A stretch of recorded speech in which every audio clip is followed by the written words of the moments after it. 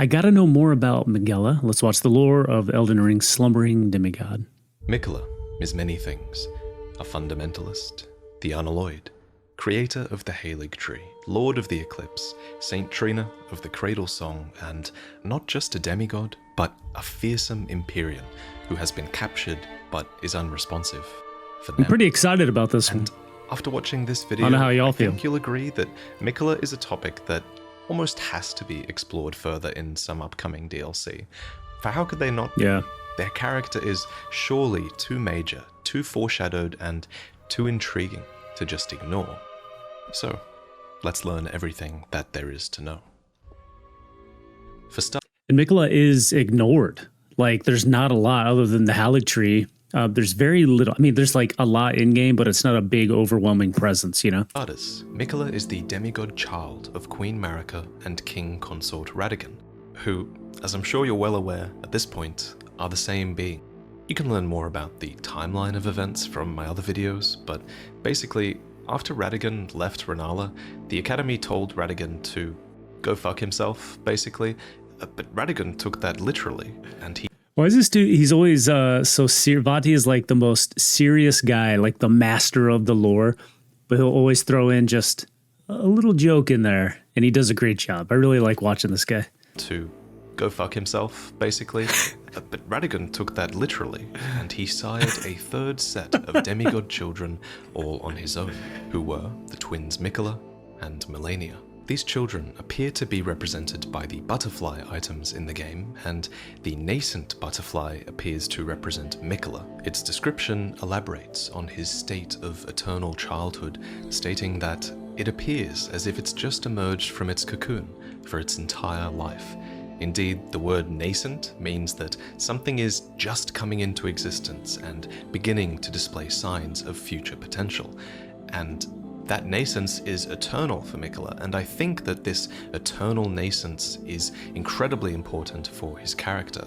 For Miquella and Malenia both seem to occupy different sides of the life and death cycle. So I always wondered this because it seems like you get Malenia is born and gets rotten. I've always kind of been like, okay, there's like a weird incest sort of like they got problems. I always felt like Miquella was kind of, it was too interesting of a problem, like eternal youth or nascence. It doesn't seem like a problem, like rot seems like a problem. That just seems like an interesting, weird magic. That's not to say that Miquella represents life and Malenia represents death. Rather, it seems like both land somewhere in the middle of each process. Malenia is constantly resisting her scarlet rot and is in this perpetual state of dying, and Miquella is in this constant state of nascence. He is newly born and showing an abundance of life and burgeoning potential. Special thanks to Quailag for making this clear to me. So Miquella is nascent, but he's also abundant, and I think that's another extremely key word for him. For example, there's this cut weapon called the Abundance and Decay Twin Blade, which symbolizes the twins and suggests that the twins were born from an inseparable fate and hold the runes of both abundance and decay between them. Not to mention, the word abundance is also literally spoken by Miquella in his cut content. And thanks to a very recent discovery by Sekiro Dubi, we know this cut dialogue I'm about to voice is Miquella speaking. And here he appears to be leading you towards a unique ending for the game, and he talks about his ability to make life flourish, stating, "This is for thee, mine abundance, my drop of dew, quench thy thirst throughout thy frame, blossom and burgeon, time and again, grow larger, stronger, until the day cometh, when thou canst share in my dream. Elden Ring, O Elden Ring, beget order most elegant from my tender reverie." And before I go on, I do want to say that Miquella... That was like kind of beautiful. A lot of times games will have like dialogue that is cool. You know, they try to make it like really neat. Like, I feel like sometimes in Elden Ring, the dialogue is like actually beautiful. Talking elegant from my tender reverie. And before I go on, I do want to say that Miquella talking about his abundance is cut content, and you shouldn't really take it as canon, but I think it does give us a deeper look at not only the powers that Miquella might have had, but also the world that he could create. He goes on to say, "If thou covetest the throne, impress my vision upon thine heart. In the new world of thy making, all things will flourish, whether graceful or malign." And I love that final line. Very positive. All things will flourish, whether graceful or malign. Because Miquella isn't enforcing any real notions of good or evil here. Right. Instead, Accepting all. in the new world of his making, That's the continued theme with Miquella, is just all acceptance. he simply wants all things to flourish. And I feel like that is a very unique viewpoint for a character in a Souls game. Not to mention, Miquella is certainly one of the few beings that is capable of creating this new world. That's because he is an Empyrean. He is one of the very few who were candidates chosen by the Two Fingers to succeed Queen Marika and become a god, to usher in a new age. Now, we could go into an entire debate about why the twins are valid Empyreans and why they were born afflicted, but honestly that could almost be an entire video of its own, so for now I'll just give the simple answer, which is that these twins were probably valid Empyreans because they have singular parentage from a god, but that this singular parentage was probably also responsible for their afflictions as well, due to the almost incestual implications of such a I got one right. Yeah. So that's what I've been saying. It just seemed like a pretty obvious, like, if incest is kind of weird because it is you, but a male and female version of yourself, you're virtually identical. It's like if you had an identical twin that was one's male and one's female, you had a kid, like, that's messed up. We already know that there's tons of physiological issues that comes with that. So that's always been my theory, and I'm rolling with that, and I'm glad Vaati agrees with me. thing. Why do I feel like it was George R.R. Martin that wrote this part? Yeah, no shit. Yeah. Anyway, let's move into the early childhood years of Miquella's eternal childhood. Miquella's early years were clearly quite inspired by their father, Radagon, who fostered a bit of a fundamentalist streak in his prodigal son, and Miquella would go on to invent fundamentalist incantations of his own, dubbed Discus of Light and Triple Rings of Light, which he gave as gifts to his father. These gifts reveal that Radagon and Miquella had a good relationship, and Radagon must have been proud of his son because these two spells do represent those two key fundamentals of the Golden Order, namely that there is a law of causality, which is a branching cause and effect that goes outwards, but also that there is a law of regression, that all things yearn eternally to converge once again. And in gratitude, Radagon countered with a gift of his own, showing Miquella Radagon's Rings of Light. These incantations... You know, I don't really think of Miquella as, like, being alive very much. Or alive's not the right word, but like being a being that's like walking around and learning spells and doing stuff. I've always just, honestly, because the only time you see Miquella is in the egg, right? Like there's just like stories of Miquella, but not, that you don't ever see anything. So, you know, hearing all this almost sounds weird. Would go on to become core fundamentalist spells, as they are true to those two concepts that form the basis of the Golden Order. But there is another aspect of Golden Order fundamentalism, and that is the persecution of those who live in death. Hunters of these undead would attempt to stamp them out with spells such as Order's Blade and Litany of Proper Death, which deal additional damage against those who live in death and prevent them from resurrecting. To recap, those who live in death exist because of Godwyn the Golden, who was one of the early sons of Marika and Godfrey, who was eventually killed with a fragment of the Rune of Death, and then the Rune of Death would eventually spread its undeath throughout the lands between via Deathroot. And there is an entire debate that we could have here about whether the persecution of those who live in death is even true to the core principles of fundamentalism. Goldmask certainly doesn't seem to think so.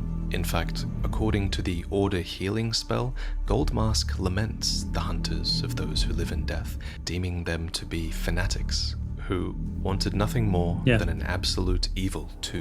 Yeah, I was going to say Gold Mask has never felt like hot take. He's not like a fundamentalist. Now, you might say, yeah, but dude, he is by definition. But he seems like he wants to know the truth more so than just following something, having a fundamental understanding and not wanting to diverge from that.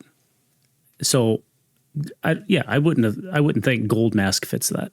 Them to be fanatics who wanted nothing more than an absolute evil to contend with. And the reason I bring up this debate at all is because you could argue that Miquella was on the side of these fanatic hunters, as he created multiple weapons that were capable of effectively slaying those who live in death. For example, this is Golden Epitaph. Why is that? And it is a sword that was made to commemorate the death of Godwyn the Golden. Stupid sword. It looks really cool, but like you try to stab somebody with that. It's like, what the hell are you doing? The demigods to die.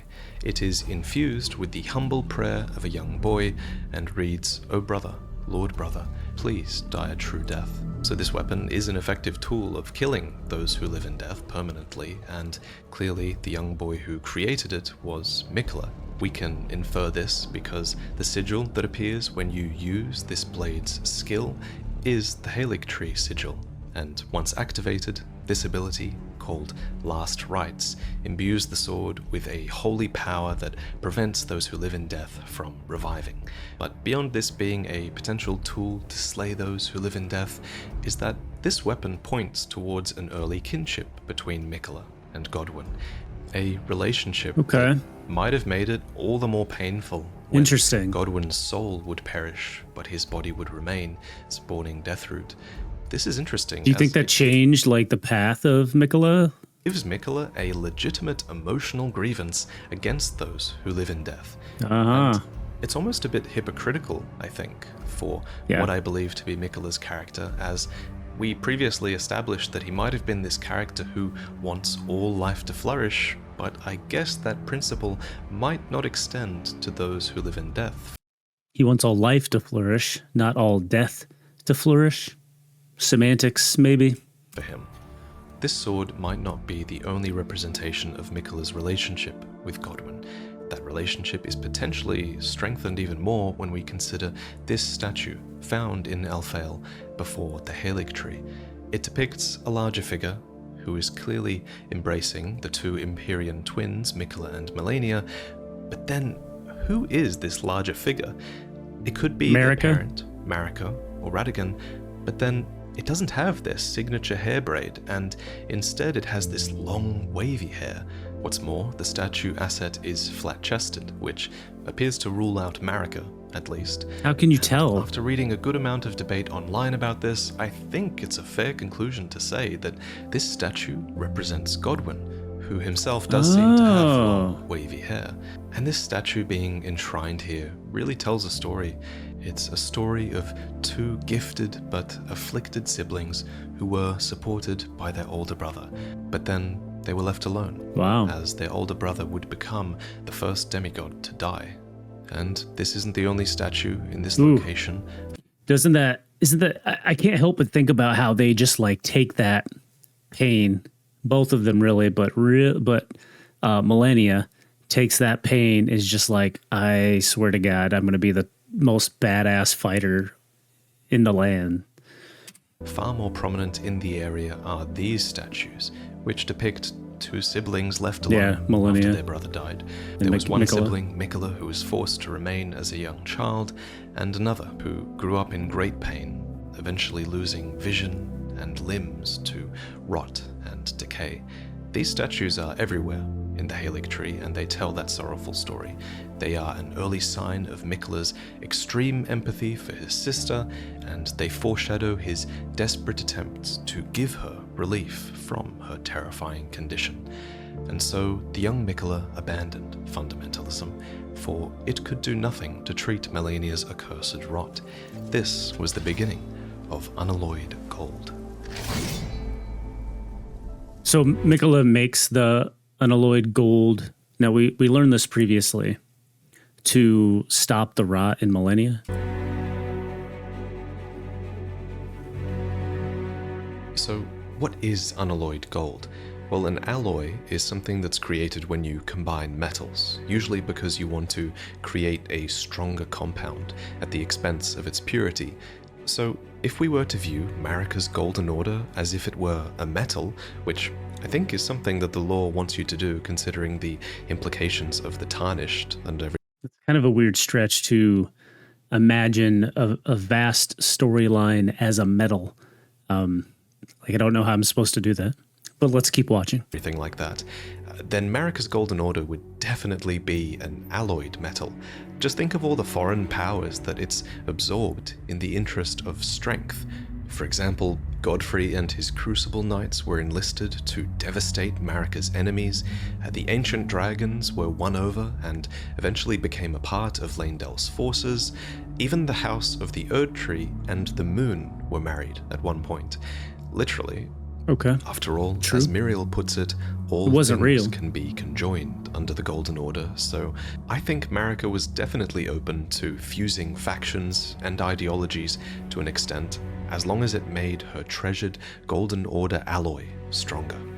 So hopefully now you understand what I mean when I say that Miquella's gold is unalloyed. It is pure, it is untainted, and it is, perhaps, a singular ideology. And if you subscribe to the idea that the cut content is still representative of Miquella, then I would say that his ideology is what I had Miquella quote earlier, that in his new world, all things should be allowed to flourish, whether graceful or malign, and that is his pure ideology. Though, of course, I agree with that is that. my Look at this guy. speculation based on cut content as well, so please keep that in mind.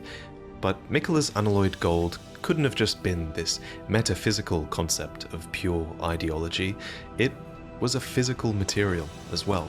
For example, this is an unalloyed gold water lily, said to have been beloved by Miquella. This is a bewitching branch, blessed with an incantation of unalloyed gold. Unalloyed gold decorated the armor and shields of his soldiers, it was inserted into their weapons, and most importantly, perhaps, it was forged into a set of armor for his. Do you think that really all that's happening here is, sometimes like throughout history, things are magical until you just realize why it's physically happening. Like throughout history, we've thought things were magic, but we now know that like you can make gunpowder and it explodes and that reaction is cooled and it lights up, but back in the day people thought that shit was magic. Do you think what's happening here is like a lot of metals react in certain ways to various things? You can put like if you get a burn, you can put like zinc paste on it and it'll really help you heal you and stuff like that. Do you think that's all that's happening here is gold just happens to react with the rot and that's it? Or do you think there's really a lot more to this? His sister, Melania. Because, remember, the whole reason Miquella embraced unalloyed gold in the first place, it seems, was because he thought that it could treat his sister's accursed rot, while fundamentalism could not. And he was right, for Melania's scarlet rot is no mere disease, it's literally the divine essence of an outer god, and Melania is its vessel that will one day bloom into a true goddess. But unalloyed Sounds gold like I'm is wrong. one of the few materials in the game that can ward away such meddling of the outer gods. Another example are the mirror helms, like the one that E.G. wears, which literally reflects the influence of the outer gods. And personally, I think the reason that unalloyed gold inhibits the meddling of the outer gods is because it is a pure metal and potentially a pure ideology. But if that's not enough reason for you, then Quelaag actually has a great video where she breaks down potential reasons at a chemical level. Okay. But at any rate, I might check that out. Miquella crafted needles of unalloyed gold, which could be inserted into the tortured flesh of one afflicted by rot to alleviate their suffering and forestall the effects of the rot. And true to the needle's descriptions, the outer god of rot isn't the only one affected by this. Our character actually uses the final version of this unalloyed gold needle to subdue the outer god of frenzy, which is something you might want if you decided to be a terrible person and burn down the world. Anyway, when we first find Miquella's needle, it's been broken. I do really like that ending, by the way. So I did go through that process, and I've done every ending of the game, and I really like Ronnie's ending, and I really like that ending as well. I do feel like it was kind of a disservice to the players to have so many options of endings and so many of them be almost the exact same thing. That's a wish of mine. I wish there were ending cutscenes. I wish there were more. Snapped in half and picked up by a commander at the very center of the Scarlet Swamp. But once this needle has been prepared, we can give the golden needle to Millicent, proving that it does indeed work to forestall the rotting sickness, to remove pain and nightmares from the afflicted. It is, after all, lovingly crafted by Miquella himself. Well, well, this is a marvel indeed. The work of a true artisan, a meticulous, bold craftsman who grasps the essence of life. In crafting these needles and pursuing unalloyed gold, Miquella is attempting to save his sister from her affliction. It seems like this objectively good deed, which is a rare sight in Elden Ring, especially for a demigod, whose strengths have been known to tip them towards madness, and that is what makes Miquella such a pure and likable character in Elden Ring. So it's no wonder really that Malenia venerated her brother. That move is a awesome. Character of undefeated Whack. prowess, and she's an Empyrean, no less. And yet she dedicated her blade to Miquella, and Miquella alone, for she believes that he possesses the wisdom, the allure of a god, and that he is the most fearsome Empyrean of all. The story of their bond and duty to one another is legendary, and that's something that becomes quite clear when we explore Miquella's Halig tree and see these statues depicting their embrace all around. And if you were one of the many defiled outcasts in Elden Ring, you too might have felt inspired by this story, and you might have felt inclined to earn Miquella's favor and make the long pilgrimage towards your salvation, towards the distant divine Halig tree and its brace that was Miquella's domain. Miquella of the Halig tree. So first, what even is the Halig tree? Halig tree. Pretty obvious. You know, I pronounced everything wrong the first time. I called Miquella Miquella forever until the beginning of this episode. And obviously the Halig tree I've called the Halig tree forever. That it's a sort of Erd tree. For one, Erd tree avatars have clearly emerged from it, which they only do in order to protect the Erd tree's own offspring. And then there's the Halig tree knight armor, which confirms that the Halig tree ultimately failed to grow into an Erd tree. And one thing I've been wondering is, when exactly was the Halig tree planted then? If we knew when, then we might be able to guess at its purpose. Was it planted before or after the shattering of the Elden Ring? Because when the Elden Ring was shattered, golden seeds flew from the Erd tree, scattering across the various lands as if life itself knew that its end had come. These seeds... There are a lot of plants that work like this, by the way. There are complete plants, flowers you'd call them, but they grow and they grow and they grow and they might last years. And then if they bloom suddenly, it's because they're dying. It's their last chance to stay alive. They bloom, they release maybe petals or depending on the plant, and that is its way of propagating out, just like the Erd tree. So I thought that was really cool because it's a very realistic way for the Erd tree to spread out. Various lands as if life itself knew that its end had come. These seeds create these little illusory trees and likely spawned the minor Erd trees as well, so I think it's a fair assumption that Miquella might have planted the Halig tree from an Erd tree seed. And if that was indeed the case, then it should have happened after the shattering, for before that, the Erd tree was considered perfect and eternal, and it wasn't even believed that Erd tree seeds could exist.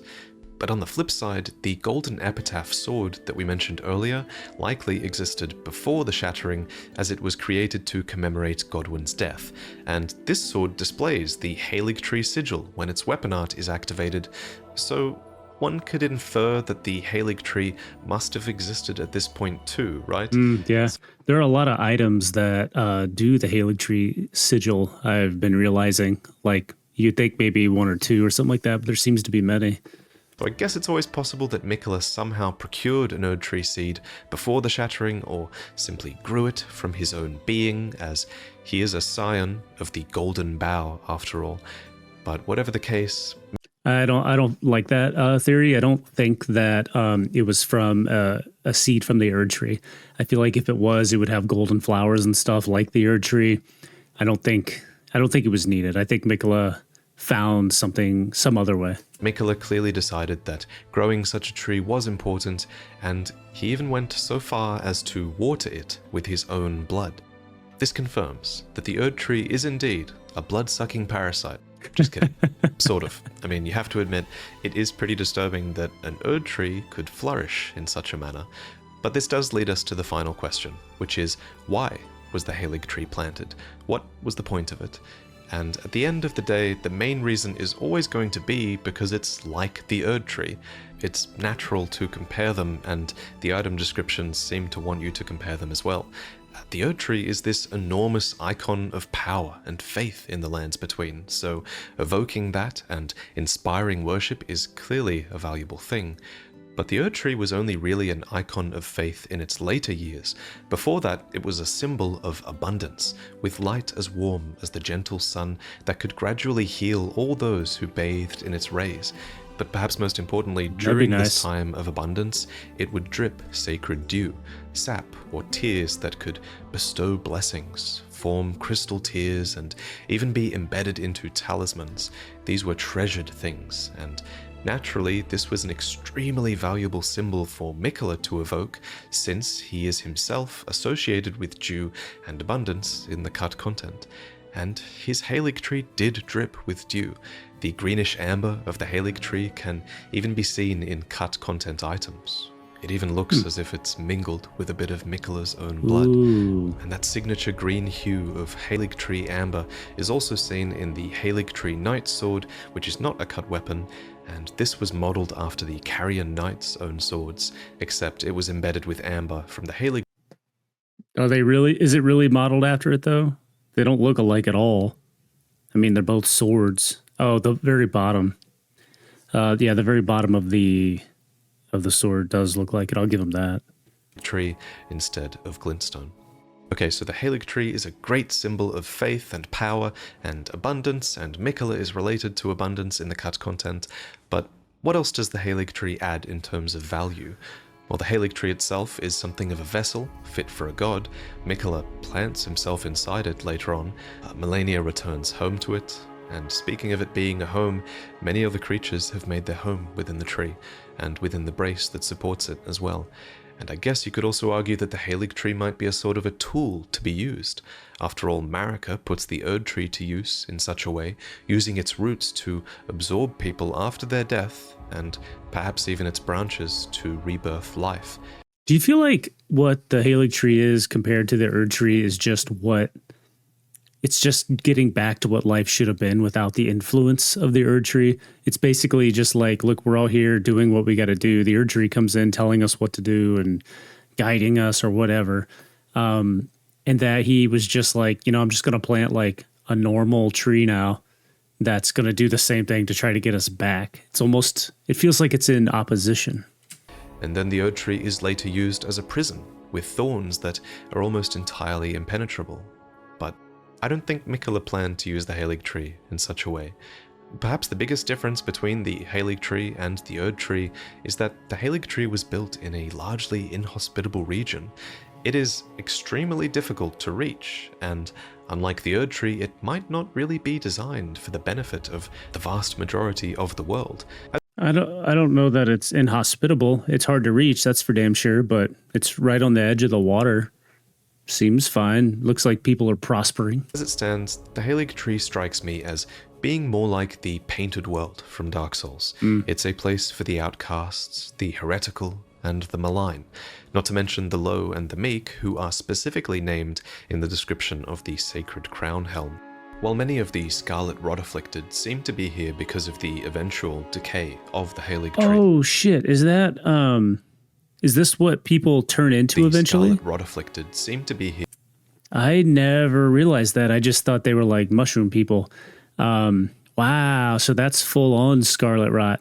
You know, it reminds me of the Last of Us zombies, how they have the how it's like coming out of their mouths and it's like the fungus is like growing and stuff on them. Here, because of the eventual decay of the Halig tree, I think that there are a number of refugees here that would have been here before that, namely the Misbegotten, the Crystallian, these astray mages of Raya Lucaria, and of course Loretta, who deemed this place to be a great haven for the despised Albinaurics.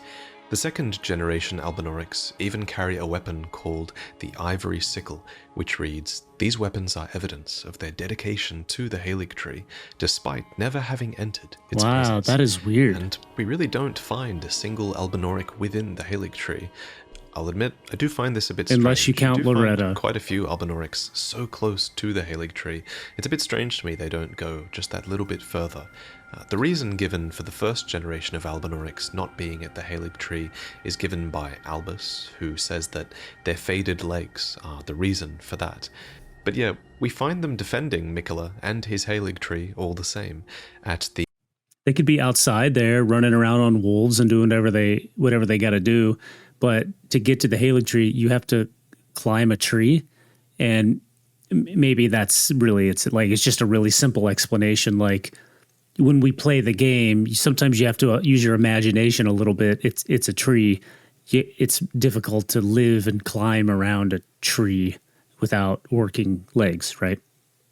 Not impossible, just not easy. And maybe that's just not something they wanted to do or felt like they could do. The Ordina liturgical town, which takes us to the Halig tree via a puzzle within an Everjail.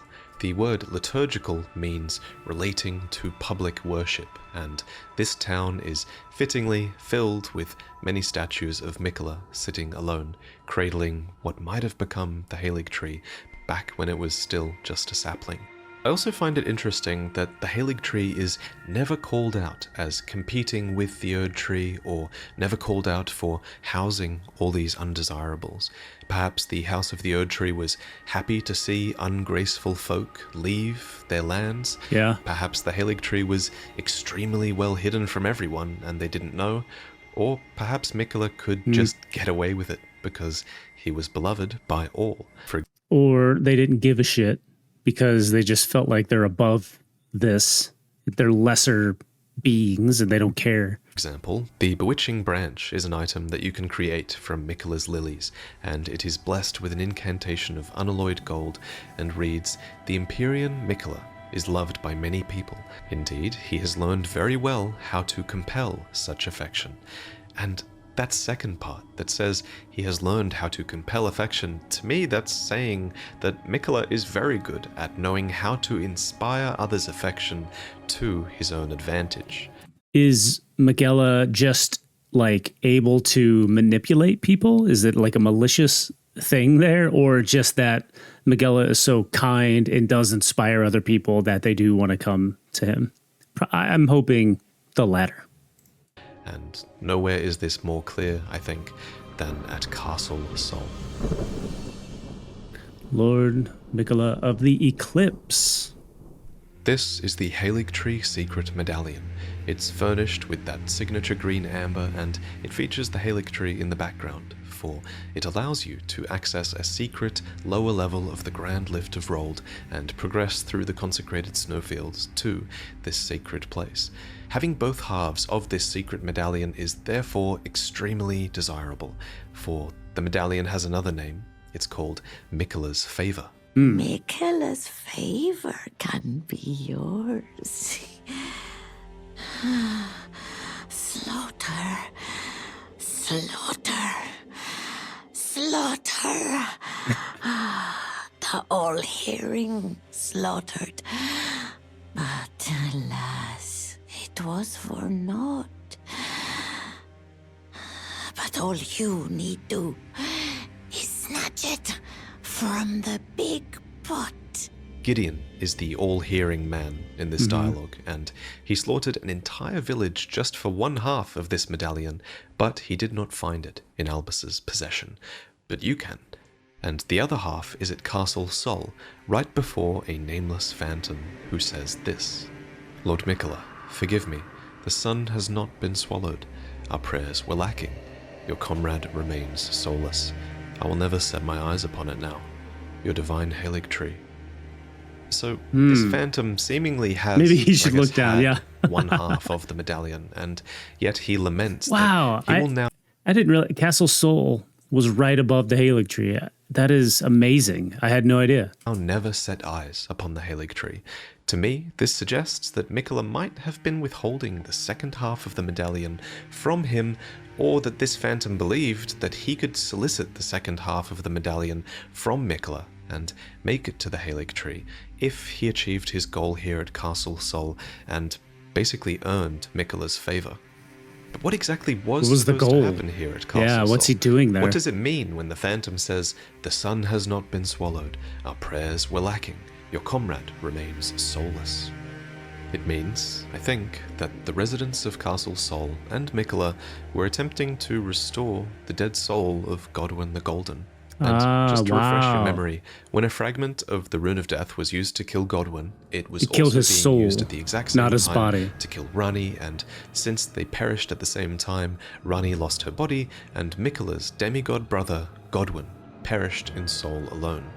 And despite this death seeming so final, Miquella clearly believes that some sort of ritual performed here could restore the soul of his comrade. For example, here's some more dialogue from a different phantom that reads, O great sun, frigid sun of soul, surrender yourself to the eclipse, grant life to the soulless bones. Okay, wow, they're just trying to bring him back. How does that work? How does an eclipse restore life to Godwyn?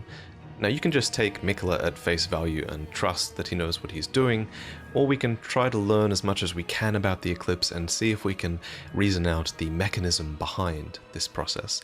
So at Castle Sol, we find the Eclipse Shotel, which reads, Storied sword and treasure of Castle Sol that depicts an eclipsed sun drained of color. In Sol, the sight of an eclipse inspires a dreadful awe, preventing an onlooker from averting his gaze.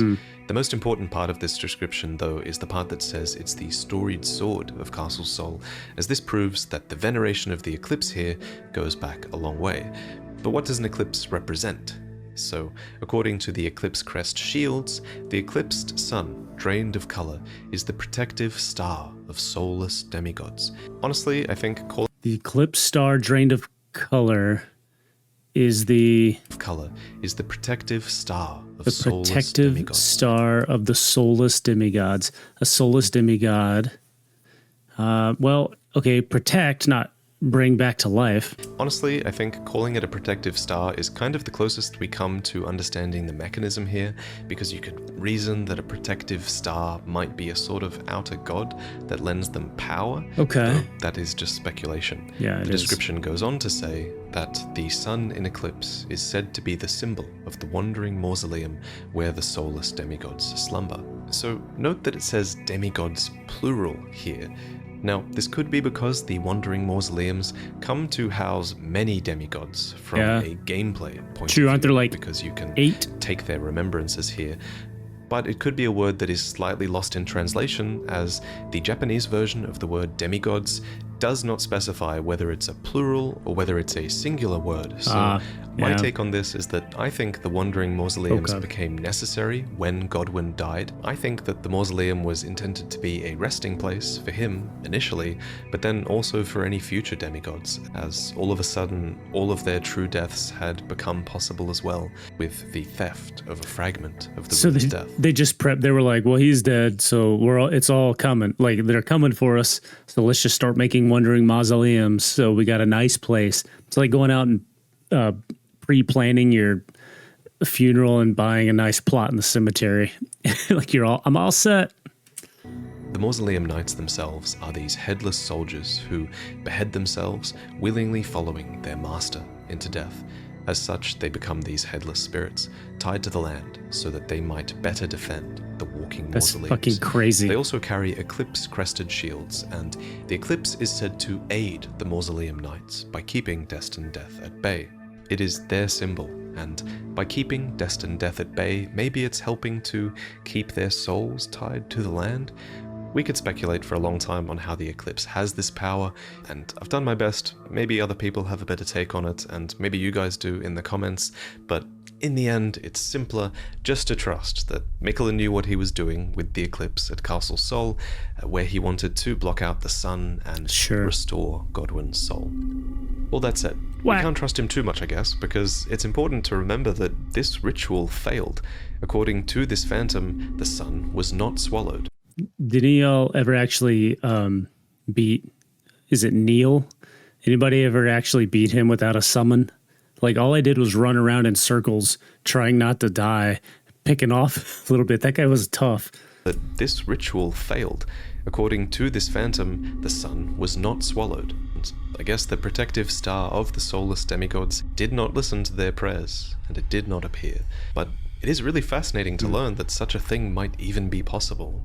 That Godwyn, whose soul seems to be as dead as Rani's body, might actually not be. So if his soul is somewhere, then where has it fled to? A part of me wonders, if his soul is lost, then maybe it's lost within a dream. One theory I did come up with regarding the mechanism by which Godwyn's soul is brought back by the eclipse is that his soul might be brought back by bringing about a sort of artificial dusk with the eclipse. That's because those who live in death are called the Duskborn, after all, so there is an association between night and death. Interesting idea. And there's also an association between death and sleep. For example, when you pursue Fia's questline, you use her as a medium to enter Godwyn's deathbed dream, which is an entire dreamscape where the dragon Fortisax is futilely fighting against the death in his companion. And then there's Roger, who speaks this line of dialogue as he is on the precipice of succumbing to Deathroot. Maybe I should tell you. Lately, I feel I'm on the precipice of falling into a deep, fathomless slumber. He does say he's about to fall into sleep. So how he knows in conclusion, a realm of death does seem accessible through dream. And I think this is the perfect time to mention that Miquella has an alter ego. Some say she is a comely young girl. Others are sure he is a boy. This is where we have to talk about the enigmatic figure named Saint Trina. Oh, geez, yeah, Saint Trina of the Cradle Song. Perhaps the biggest in-game clue about Saint Trina's true identity is Trina's lily, which bears this undeniable resemblance to Miquella's lily of unalloyed gold. Its description reveals that it is a symbol of faith in Saint Trina, dulls the senses, preventing agitation. Naturally, it can be used to craft a bunch of sleep-afflicting items like Saint Trina's arrow, which states that the sweet oblivion of sleep can become quite the habit, and it tells of the priests of Saint Trina who use these arrows to spread their teachings, though the Japanese description seems to specify that these were more of a tool used for their rituals.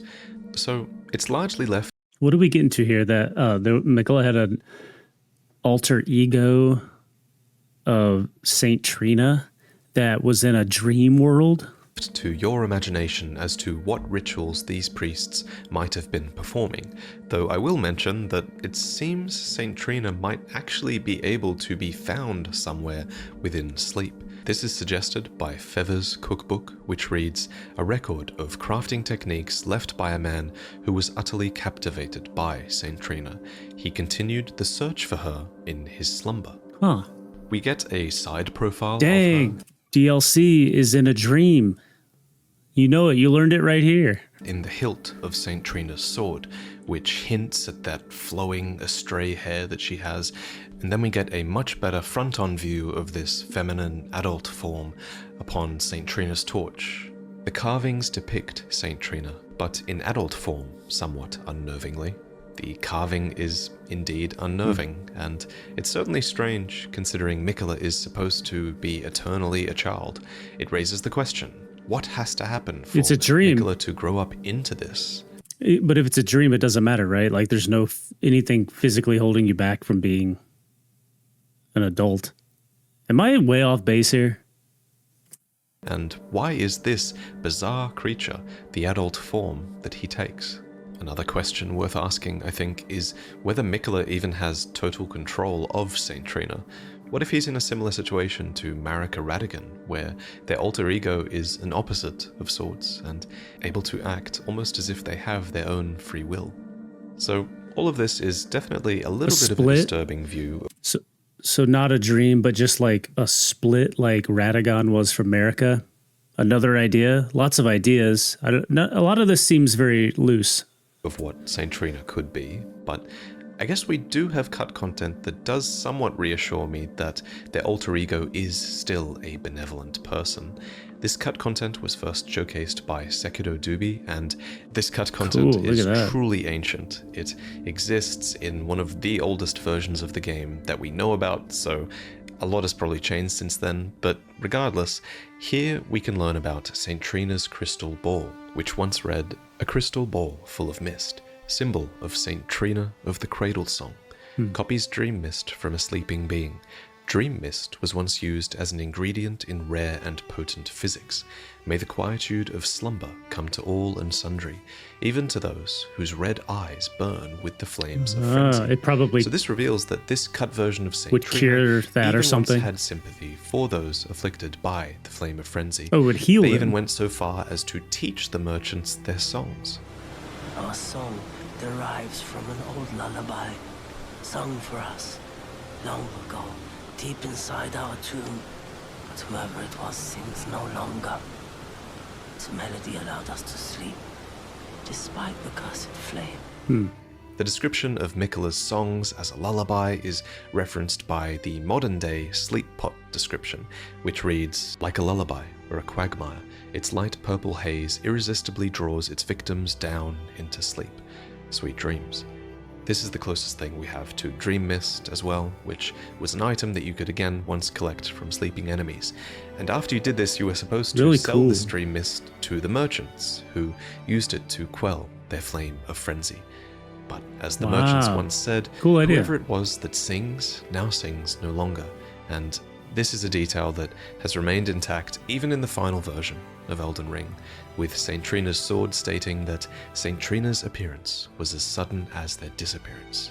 Something clearly happened to Miquella that prevented them from continuing their work as Saint Trina, and that is what we will discuss next. Miquella's promise. At some point, Promise, Miquella too. embedded himself into the Halig tree. Why he did this is never explicitly stated, but I think we can make a good attempt at puzzling it out. So, Miquella famously watered the Halig tree with his own blood, since it was a sapling, so I guess you could argue that he embedded himself in it to simply feed the tree more, which I guess is possible because the tree does eventually wither without Miquella inside it, and Gideon seems to tie his removal with the death of the Halig tree, or it turning into a husk. But I don't think that can be the only reason why he embedded himself. For instance, look closely at the Halig. Why, that makes a ton of sense. There's a tree. It needs some sort of life, right? He uses his own blood. He's an Empyrean. He gives life to the tree. He goes away, no more life to the tree. Seems pretty straightforward. Be the only reason why he embedded himself. For instance, look closely at the Halig tree roots, and you'll see the form of a tree-like woman, and where her womb should be, there's a gap. I see it. That once contained Miquella's cocoon, cradled by the Halig tree.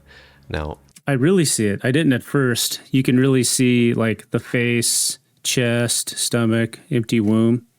That's interesting. Either Miquella was attempting to fuse into and become this woman-like figure, who might even be the adult form shown on Saint Trina's torch, or there was a rebirth occurring here. This is a cocoon within a womb, after all, so rebirth could have been the intent here, but regardless, it seems things ended prematurely, for Miquella would eventually be ripped out of the womb, and the Halig tree would split and decay. And so, when Miquella is also giant right there. That's something I never really understood, is why in the egg, because when you saw the hand was like this big, right? Like, so it's not, this is not a child, and maybe they're just tall, but something was growing there. I'm not piecing all that together. we arrive at the Halig tree and the town of Elfale, that is built into the brace that supports it. The music here hits extremely hard. This place is just so sorrowful. For the Halig tree and Miquella's lilies and even St. Trina's lilies are all wilting, and all who live here are just hoping and praying for their lord to return. I love the little detail of the guards looking outwards and sitting dejectedly. To make matters worse for them, it was here that they realized that the sacred light inside them would explode upon their imminent deaths, and yet, in spite of this, their spirit ashes show their faith and state, "May the flash of our deaths guide Miquella's return." And Malenia is here too. So that's a really interesting long story. Miquella's there, grows the Halig tree. It's a place that's the Halig tree. It is welcoming for everybody. Then gets taken, and it's dying, and everyone's just there sad about it. Holding to the husk of Miquella, dreaming and waiting for Miquella to return, and believing full well that he will. Corpse after corpse left in my wake, as I awaited his return. Malenia's set reveals that she believes her brother will keep his promise. So what was that promise, I wonder? Was it merely to return, or was it something more? How much does Malenia know? Why did she fight Radahn? We'll have to talk about all of that in another video. So there is still faith. There's even this one phantom in the consecrated snowfields who has somehow puzzled out who took Miquella and even where they are. He's pointed towards the portal that takes you to Mohgwyn Palace and Mohg the Omen. So, indeed, it was the demigod Mohg who somehow broke into the Halig tree and absconded with Miquella's. I knew that, but I haven't ever figured out why. That this story ends. Or maybe it's where this story truly begins. DLC! Yeah, good. I'm very interested to see this part. So, if you're not familiar, Mohg is the omen son of Godfrey and Marika. And being an omen of royalty, he was born into a wretched mire of filth in the subterranean shunning grounds below Lanedale. That's right, they throw him underground. They don't cut their horns off. Who reviled his accursed blood, Mohg reveled in it. And it was assumedly because of this accursed blood that he chanced a meeting with an outer god called the Mother of Truth. And as Mohg stood before her, deep underground, his accursed blood erupted with fire, and how do you meet an outer god? Like, you're just stuck underground. How do you have a meeting with a random outer god? Zoom, probably. Truly besotted with the defilement that he was born into. Mohg is just one of many characters who discovers a new identity in the ways that they have been discarded by the world.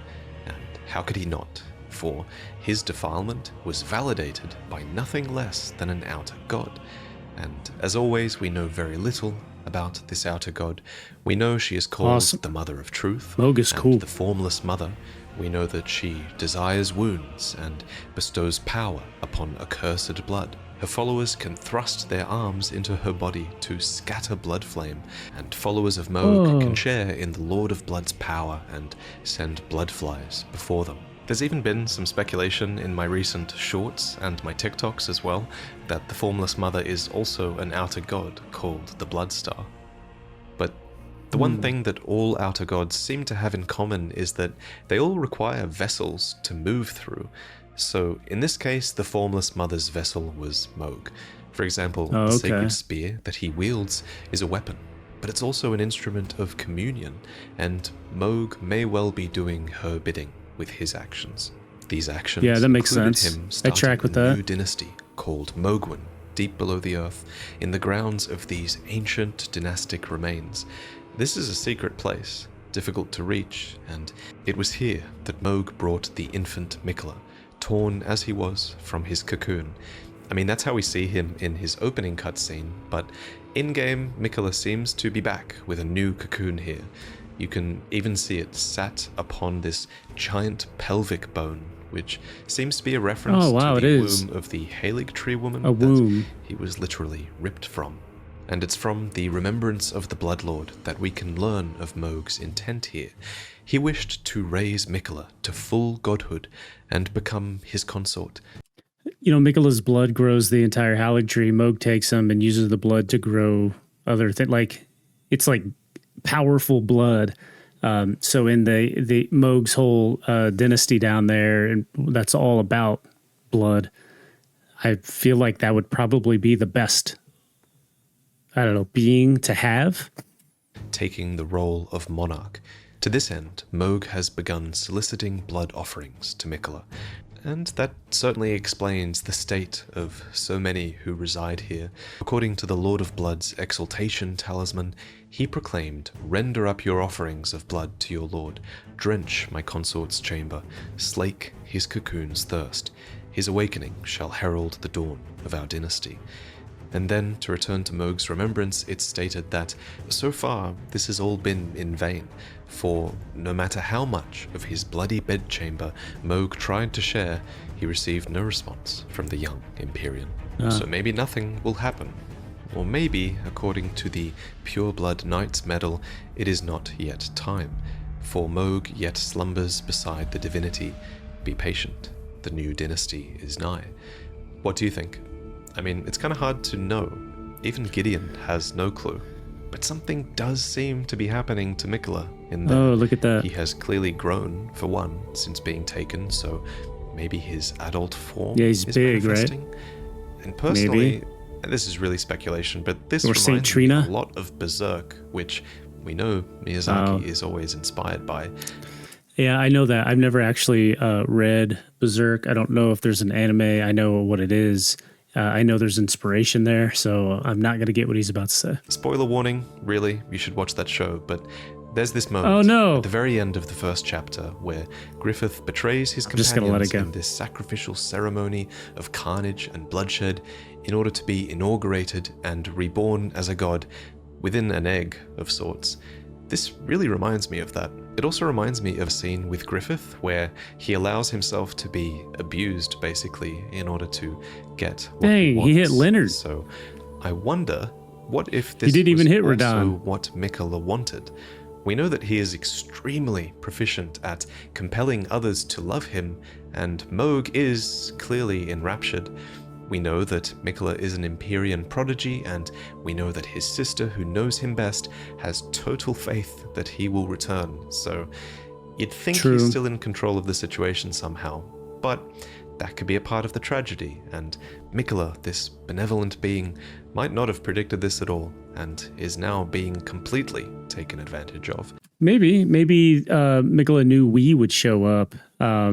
You know, sometimes like there's a weird path and stuff like this where if you're sort of knowing things, you got to let something bad happen in order for something good to happen. And you know, we'll see.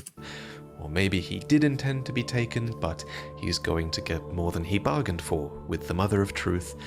Or maybe Miquella's fate really is long gone. There's one other thing I want to mention. There is this place called Miquella's Hideaway in the Altus Plateau, and here we can loot Amber Starlight, which Celovus mentions is that's very the godly Starlight. Demigod.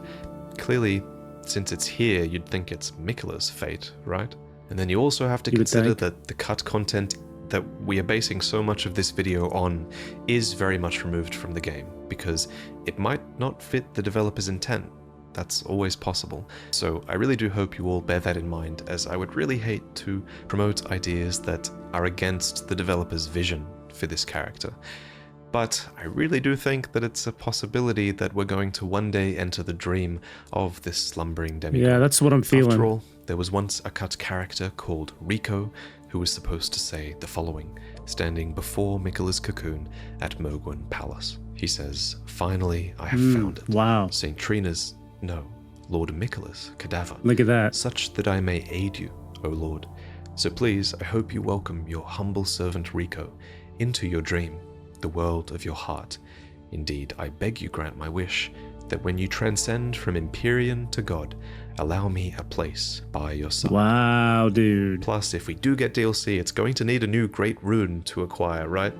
That's a huge gameplay mechanic in these games, and it'd be weird if DLC came and you couldn't get more Great Runes.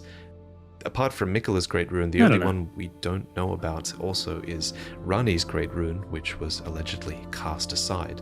So there's always that to consider. You'll find it somewhere. hopefully we get some DLC to answer these questions, or more likely we'll get DLC that will give us New more questions. than Absolutely. we started with. That's always how it seems to go. Yeah. But I really hope they throw us some good curveballs with this one, as they always do. Man, that was a pretty good one. I didn't know a lot about Miquella. I think I've said that before. That was a really interesting one. The only one of these videos in the series that he has left is Millennia, which is probably the one I'm most excited about. So one more left. Then I'm looking at maybe some of the Prepare to Cry videos, but very, very excited for Millennia. So I hope you join me back here next time where I'm going to check that one out. See you then. Bye.